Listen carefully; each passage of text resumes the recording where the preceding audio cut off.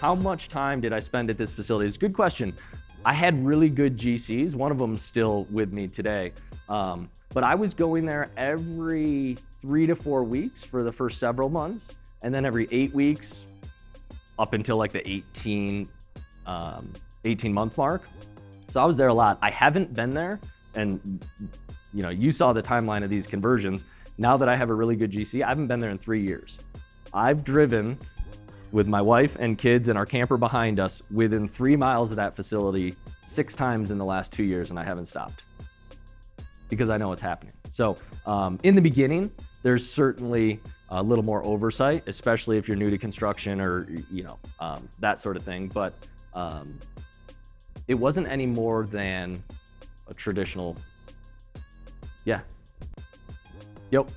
So it's a great question. There were lots of them. I'll just hit some highlights. One of the things that I started the conversation by saying, listen, I'm not here to complain.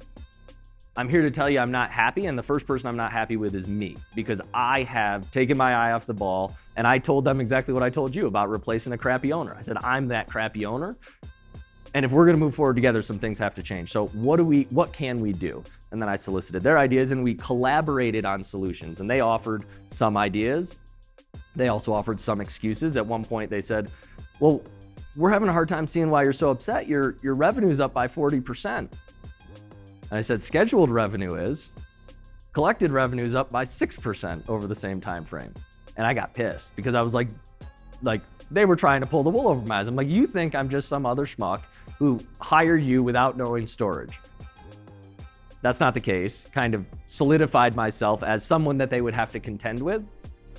And then I had conversations with their specific departments, right? So talk to somebody specifically about like, what is it about my location? Like, what are the things where I've dropped the ball? Like, things ugly. It doesn't look like a storage facility. There were no banners or signs or the flags, the signage wasn't clear enough. There weren't facility maps.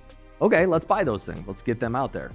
What's on them, right? Like, what are you guys doing for marketing? Where are we at? And that was, I think, one of the growing pains they experienced is they didn't keep up with changes in the marketing. And so we're gonna have Steve and Dan here tomorrow to help empower all of us to not fall into that same trap.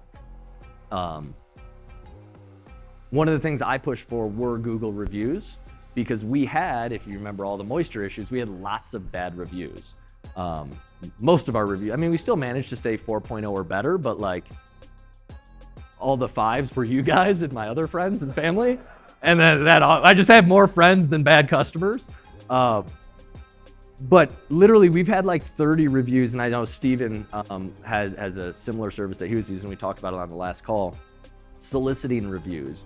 We've had 35-star reviews in the last like 45 days, which has been huge. So hopefully that starts to dig into the question.